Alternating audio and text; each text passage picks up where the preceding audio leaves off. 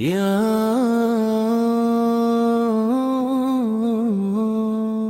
Ya Allah, Ya Rasul, Ya Habib Allahumma salli ala Sayyidina Muhammad. Ya Allah, Ya Nabi salamun alaik. Ya Allah, limpahkanlah selawat penuh rahmat. Ya Allah, Ya Rasul salamun alaik. Ke atas Nabi yang kami cintai, Ya Allah, cinta padamu takkan padam. Sejauh cahaya penunjuk hati. Ya Allah, Ya Habib Allah.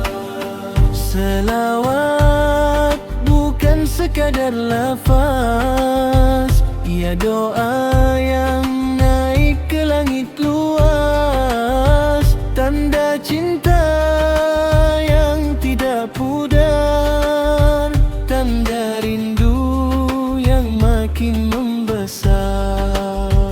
Di setiap nafas, di setiap waktu, kami berselawat penuh syahdu.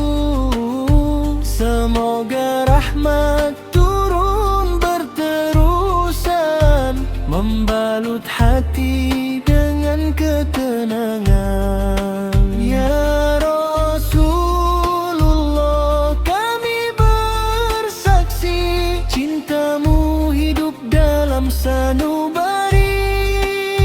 Walau tak pernah bertemu wajah, namamu tetap jadi penawar resah.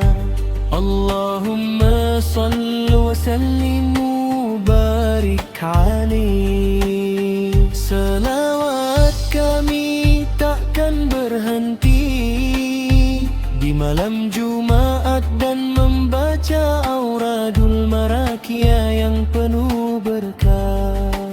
Kami titipkan doa penuh pasrah. Ya Allah, Ya Habib Allah. Selawat membawa pahala besar, keberkatan hidup jiwa yang sabar. Ia cahaya di alam barzakh, syafaatmu kami dambakan megah. Ya Allah, terima bacaan solawatku dan bacaan auradul marakia, limpahan rahmat.